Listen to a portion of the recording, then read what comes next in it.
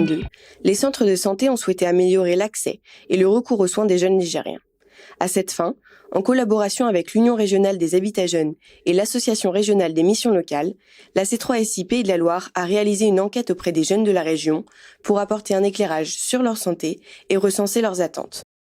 Penser la prévention avec les jeunes, partir de leurs besoins pour mieux y répondre, ce sont les objectifs visés par cette étude qui interroge tant l'état de santé que la question du recours aux soins et de ses freins, qu'ils soient territoriaux ou sociaux. Le questionnaire a alors été diffusé aux jeunes Nigériens des missions locales et des résidences Habitat Jeunes.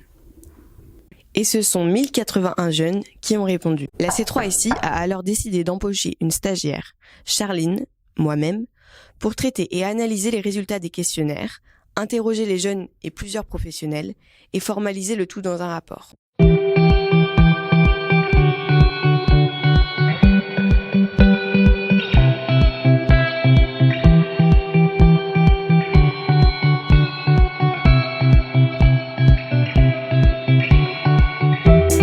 Seulement 3% des jeunes considèrent leur état de santé comme mauvais, alors que plus de 70% le considèrent comme bon ou excellent. Pour autant, un jeune sur 3 fume et un jeune sur 2 saute un repas régulièrement. L'enquête relève également qu'un jeune sur 4 est atteint d'une maladie chronique ou d'un problème de santé de longue durée. Concernant le recours et l'accès aux soins, presque un jeune sur 5 n'a pas de médecin traitant et 62% ont déjà renoncé à des soins au cours des 12 derniers mois. Les raisons de ce non-recours varient en fonction des jeunes, mais 60% déclarent se soigner tout seuls et 40% affirment que les délais de rendez-vous sont trop longs. Un jeune sur 5 déclare ne pas aller chez le médecin pour raisons financières. Enfin, en ce qui concerne les besoins d'information des jeunes, un jeune sur 2 ne se sent pas assez informé sur ses droits en matière de santé.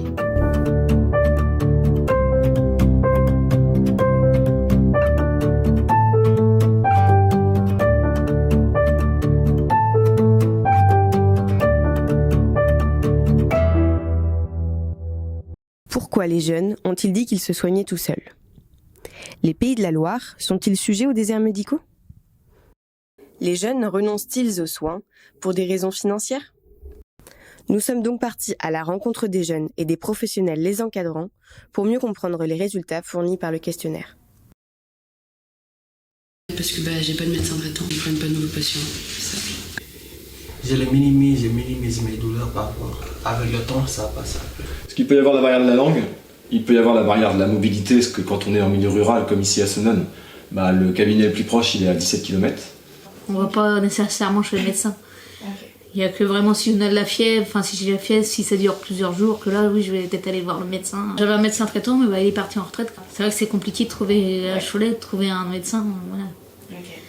Sur le territoire, on a quand même une pénurie de médecins et pour eux, c'est assez compliqué de trouver un médecin qui accepte de les recevoir. On s'est rendu compte qu'au niveau de la santé mentale notamment, il y avait beaucoup d'appréhension.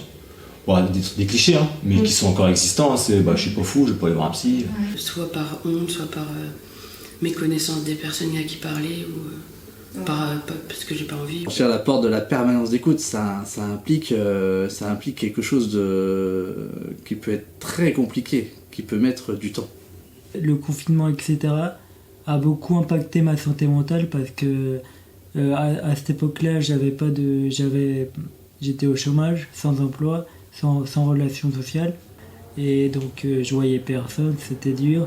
Et à la sortie du confinement, j'ai pris un rendez-vous chez le psychologue. Tout va très vite, il faut aussi accepter que notre cerveau a besoin de temps et de diluer le temps, de faire passer du temps avant d'accéder à l'accompagnement individuel. Voilà. Après, la démarche d'aller vers un travail psychologique, c'est encore une autre étape. Ça veut aussi dire pour eux reconnaître qu'ils sont en souffrance, qu'ils sont en difficulté. Et ça, c'est plutôt dans ce sens-là, je pense que ça se joue. C'est accepter d'avoir besoin d'aide.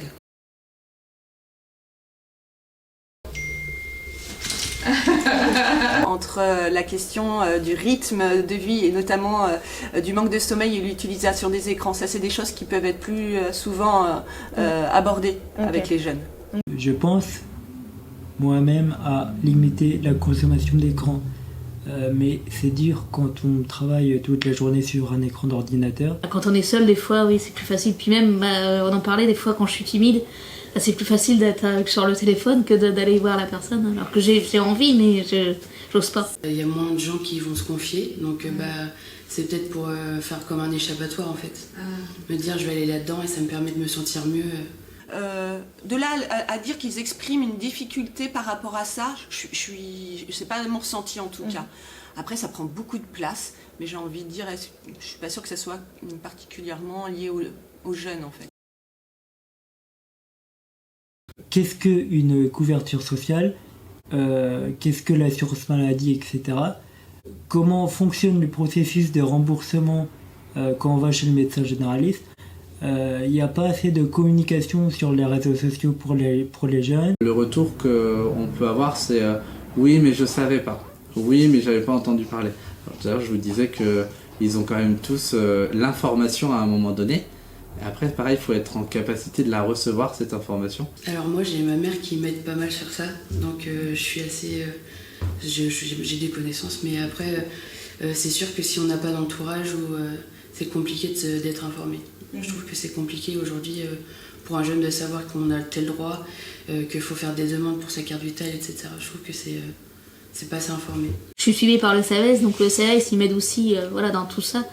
Mais une personne lambda, elle n'a pas forcément toutes ses aides et je peux comprendre qu'elle peut pas être au courant. Ce que l'on fait au quotidien, c'est d'informer en entretien individuel les jeunes sur tout ce qui est question d'accès au droit à la santé, toutes les démarches en lien avec ces thématiques. On peut aussi les accompagner vraiment dans la mise en place des démarches administratives. Ça peut aller de la création d'un compte Amélie à la demande d'une mutuelle, enfin voilà. Les entretiens menés sont venus confirmer les grandes tendances observées. Un renoncement avéré aux soins, un manque d'informations sur l'accès aux droits notamment, et une vulnérabilité financière qui impacte leur santé. L'enquête a également permis aux jeunes de s'exprimer sur leurs attentes en matière de prévention. 4 thèmes majeurs ont été identifiés.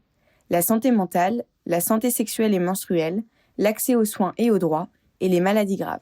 À partir de la parole des jeunes, cette enquête pose les grandes lignes d'un programme d'action de prévention construit avec eux, en association avec les professionnels qui les accompagnent, travailleurs sociaux et soignants des centres de santé. Le travail à venir va consister à créer une boîte à outils évolutive, puisqu'elle sera enrichie au gré des besoins, de façon à ce que les jeunes et les professionnels qui les encadrent puissent y trouver les informations et les supports dont ils ont besoin.